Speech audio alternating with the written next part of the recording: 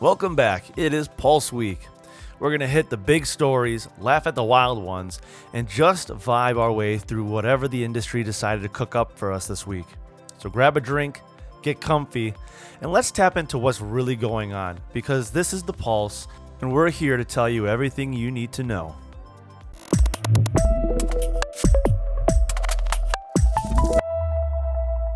December 5th hits, and Netflix walks in like a final boss, drops $82.7 billion on the table and says, yeah, we'll take Warner Bros. Discovery. No hesitation, no warm-up, just straight up acquiring half of Hollywood like it's a Steam sale. HBO? Theirs. HBO Max? Theirs. DC Entertainment? Bagged. Every WBD game studio? Scooped. Harry Potter? Congratulations. It is now streams under new management. Netflix didn't make a play. They pulled off a full-on franchise heist. But here's the twist. Warner Bros. Discovery's Global Networks division got left at home like that one cream soda nobody wants. They're spinning that into its own public company in 2026, while Netflix walks off with all the high-value IP like it's a shopping cart full of rare loot drops. Then Netflix comes out smiling, talking about more choice and greater value. Cute. What it really means is they now own the right to basically every argument that's ever been made about movies, superheroes, and prestige TV. And just when everyone starts celebrating, the regulators enter the chat like, whoa there, cowboy. Antitrust review, global approval, the whole gauntlet. So yeah, the deal's massive, but not official yet. Still, this move didn't just shake the industry, it set it on fire. Warner Bros. Discovery hinted that they might be open to offers, but Netflix responded by tossing a financial meteor at the entire sector. Competitors are sweating, execs are panicking, and fans are asking what this means for every DC project and every Warner Bros. Discovery game in development.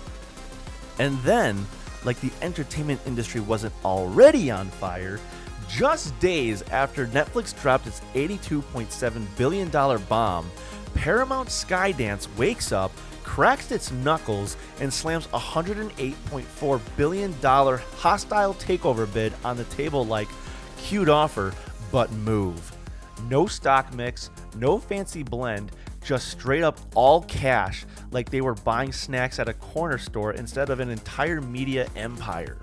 But here's the part that sent shockwaves through every regulatory office in the country.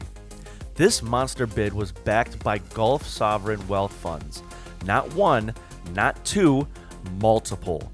Saudi Arabia, Abu Dhabi, Qatar, rolling in like they're assembling the media Avengers. It instantly became one of the largest foreign-backed media bids ever submitted in the US. And you could practically hear the Committee of Foreign Investment in the United States clearing its throat across Washington. And speaking of scrutiny, Tencent straight up noped out of a $1 billion piece of the deal, specifically to avoid lighting up the national security alarms. Paramount Skydance even filed disclosures explaining it, like, yeah, Tencent left so y'all don't freak out. Clean exit, zero drama, maximum strategic damage control. To calm regulators even more, the same sovereign wealth funds agreed to no governance rights, no board seats, no control, no steering the ship, just cold, silent capital sitting in the back like a quiet kid in class, all to make this deal harder to reject. Then, Paramount Skydance turned around and fired shots directly at Netflix, officially calling their offer not in the best interest of shareholders. Translation, we think Netflix handed in a mid-paper, and we're here with the honors level thesis. Suddenly, this wasn't a sale anymore. It was a bidding war.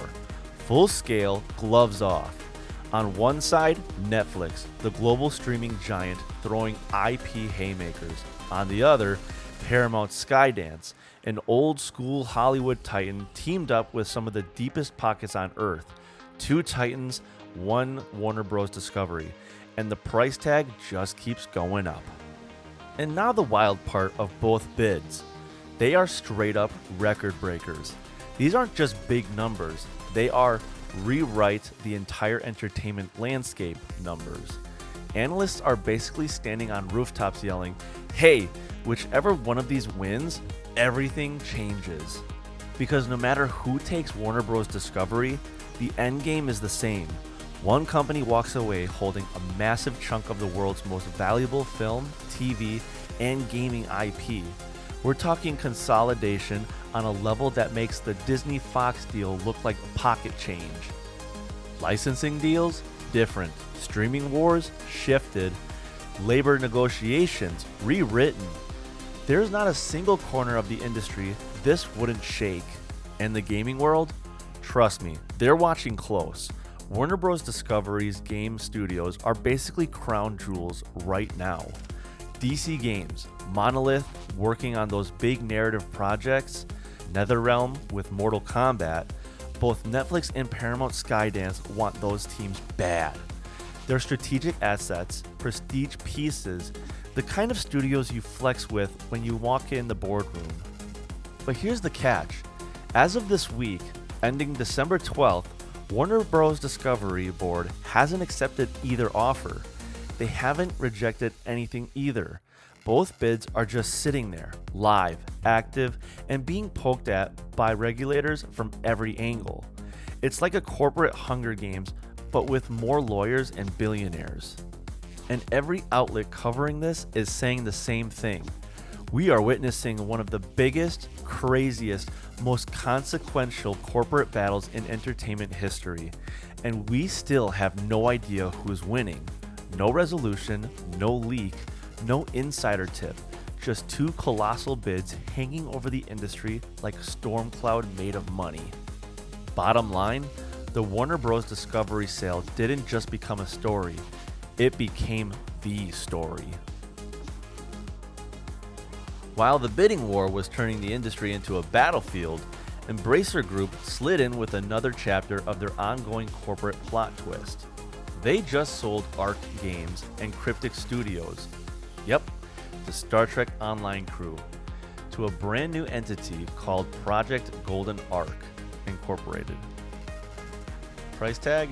About $30 million, which is basically the budget of a mid-tier marketing campaign these days. And get this, Project Golden Arc isn't some megacorp swooping in. It's literally Arc's own management saying, you know what, we'll take care of it from here. A full-on management-led takeover, the business equivalent of grabbing the steering wheel mid-crash. The financing came from XD Incorporated, the Torchlight Infinite publisher, which instantly links Arc and Cryptic with a company deep in the online live service trenches. MMO devs partnering with MMO money? That pipeline's about to get real busy. But here's the spicy part. This all happened just a few years after Embracer acquired Arc and Cryptic back in 2021. So yeah, they bought them, held them for a minute, then immediately started unwinding the whole thing. The expansion was fast, but the unexpansion even faster. But Embracer wasn't done shuffling the puzzle pieces. Under the deal, they pulled the publishing rights for Fellowship out of Arc's pocket and dropped them over to Coffee Stain, which is prepping for a public listing and apparently collecting assets like their Pokémon. Meanwhile, Embracer kept the Remnant franchise locked down under THQ Nordic, consolidating everything with the studio, and the IP already under the same roof. All this restructuring traces back to that collapsed multi-billion-dollar strategic partnership that blew up their whole forecast and triggered layoffs, closures, and asset sales across the group. So of course, they're pitching this as another move toward core IPs and profitability. Corporate detox mode activated. Over on the indie side of the industry, Gregoris Kithriotis said, "Cool story, I'm gonna build something new," and officially announced his new studio, Eteo. If the name rings a bell, it should. This is the creative director behind the critically acclaimed Sable, co-founder of Shedworks, and one of the most recognizable artistic voices in the modern indie design. Eteo is based in London, founded in 2024, and it's basically the natural evolution of everything Katsuhiro has built so far.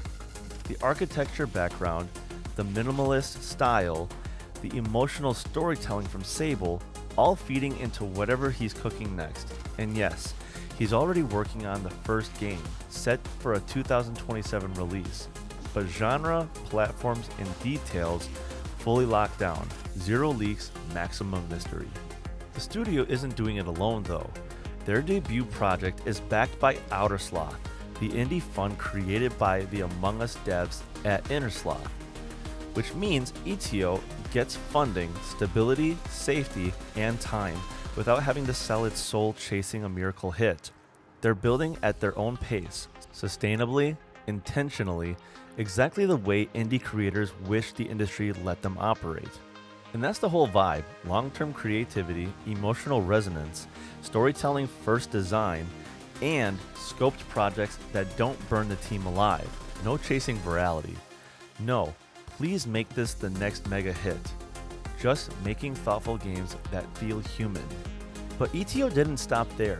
They're also launching a free monthly newsletter starting in 2026 called Eteo Archetypes, where they break down one game design archetype every month through 3 example games.